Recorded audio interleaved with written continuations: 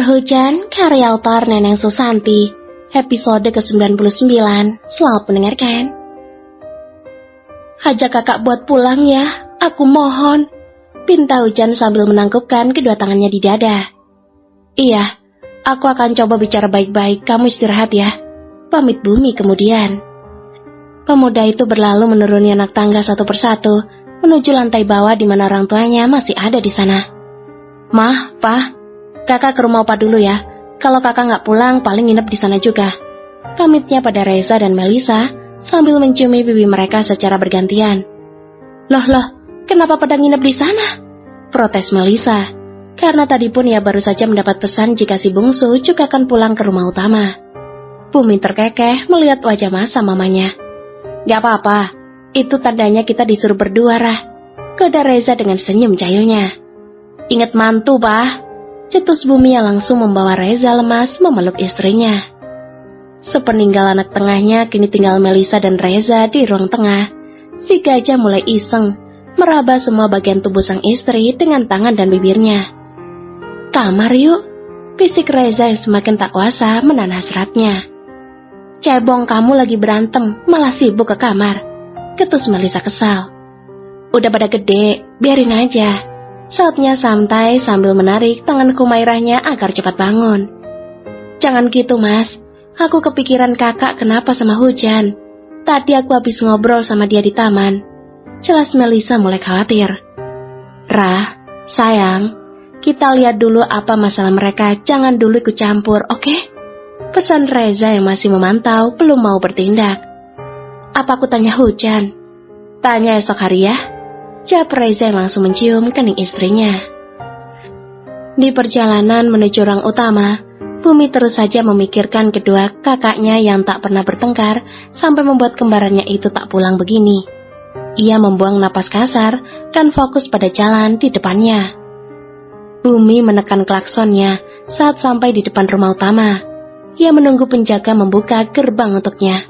Sampai di garasi, ia segera turun dari mobil mewahnya untuk masuk ke dalam rumah dan tak lupa juga membawa si pisang di tangannya. Entar gue bakal nyuruh papa buat bikinin lu kaki, jadi gak perlu antar-antar lu mulu. Dengusnya kesal sambil mencapik-capik si pisang di tengah tangga. Ia langsung naik ke lantai atas karena keadaan rumah yang nampak sepi. Tanpa mengetuk pintu, Bumi langsung membukanya dengan keras. Sudah sangat lama ia tak melakukan hal itu semenjak kakaknya menikah. Bumi tak lagi bebas keluar masuk kamar kembarannya itu. Kak, panggilnya sambil melempar si bantal. Air menoleh kemudian ia dengan sigap menerima lemparan adiknya. Ya ampun dek, sentak Air kesal dengan kelakuan Bumi. Ini kalau si pisang jatuh ngusruk, ngejengkang tisolesat tijalike, ngajeledak kumaha? Tanya Mak Otor.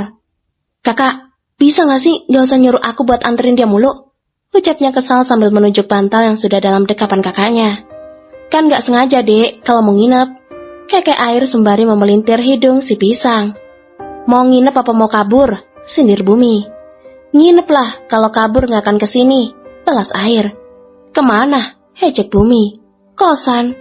Kakek si sulung dan ia semakin tertawa saat melihat adiknya semakin kesal. Pulang yuk, kasihan mama, ajak Bumi. Ia memang tak tega saat Melisa tahu anak kesayangannya itu tak pulang. Tanggung udah malam, elak Air dengan senyum dipaksakan. Berantem boleh, tapi jangan sampai pergi dari rumah. Biasanya kakak gak begini kan? Tanya Bumi.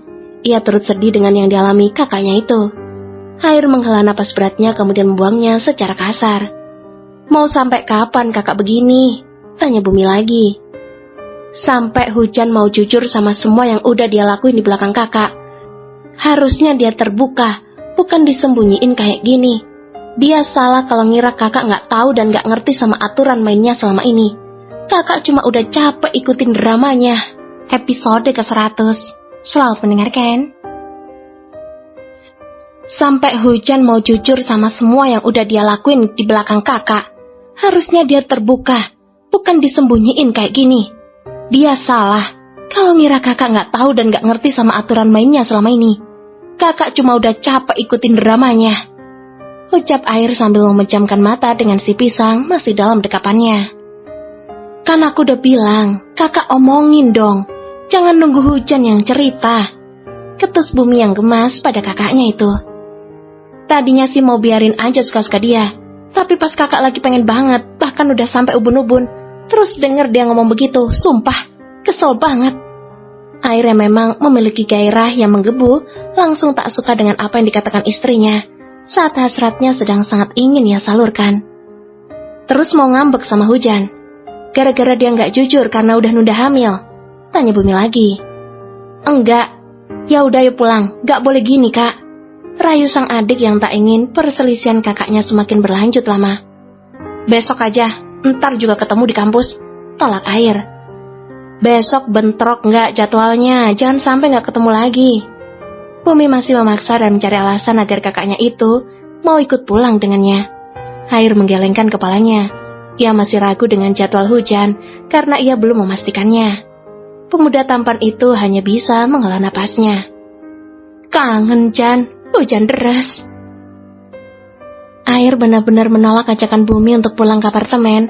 Ia justru memaksa adiknya itu untuk menemaninya tidur di rumah utama.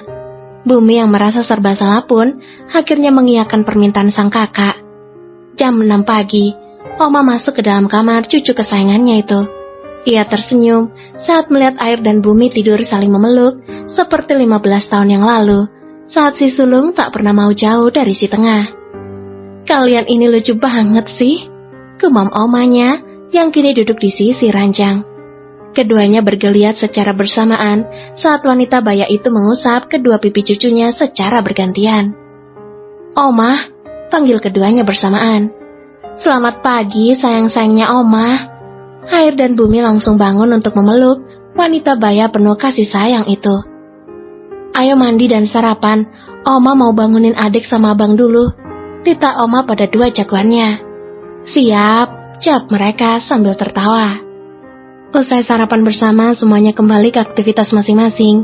Oma akan menemani Opa di halaman belakang untuk berjemur sambil bermain-main dengan beberapa burung peliharaannya. Sedangkan si bungsu, setelah mengantar Langit sampai depan teras, langsung ikut nimbrung dengan kedua kakaknya di kamar Bumi. Ada apa sih? Kok ikutan nginep juga? Tanya cucu perempuan satu-satunya Rahardian itu. Kepo, ledek Air. Aku cius nanya, daripada aku tanya mama, ayo. Hancam Cahaya langsung membuat kedua kembarannya itu membulatkan mata dengan sempurna. Gak usah macam-macam, sentak Air dan Bumi berbarengan. Cahaya hanya mencepikan bibirnya saat tak juga mendapat jawaban atas alasan kedua kakaknya itu ada di rumah utama. Jika Bumi saja yang ada, mungkin Cahaya tak akan securiga ini.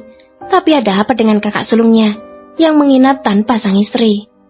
Jam 9 pagi, Bumi lebih dulu pulang ke apartemen untuk mengambil barang-barang keperluan kuliahnya sebelum ia ke kampus. Tapi ia sempat berbohong pada Air jika ia pun akan membawakan keperluan sang kakak juga. Karena Bumi sudah lebih dulu meminta hujan yang menyiapkan semuanya, agar menjadi alasan mereka bertemu nantinya. Bahkan, istri dari kakaknya itu berani bolos di jam pertama mata kuliahnya. Air memarkirkan motornya di tempat biasa kemudian bergegas menuju kantin setelah melepas jaket dan helmnya. Di tempat itulah ia akan menunggu Bumi, tempat yang nampak ramai oleh mahasiswa dan mahasiswi seperti dirinya.